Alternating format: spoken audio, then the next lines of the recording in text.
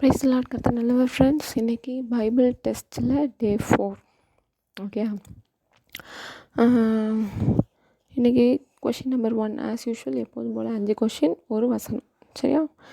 இன்றைக்கி கேட்கக்கூடிய கொஷின் என்ன அப்படின்னா, யாக்கோபோட 12 பசங்களில் மூத்தவனோட பேர் என்ன? யாக்கோபுக்கு மொத்தம் 12 பசங்க அப்படிதானே? அதில் ஃபஸ்ட்டு சன்னோட நேம் என்ன அப்படிங்கிறது தான் கொஷின் நம்பர் 1. செகண்ட் கொஷின், ஈசாக்கோட ஒய்ஃப் நேம் என்ன? ஈசாக்கோட ஒய்ஃப் நேம். ஓகே.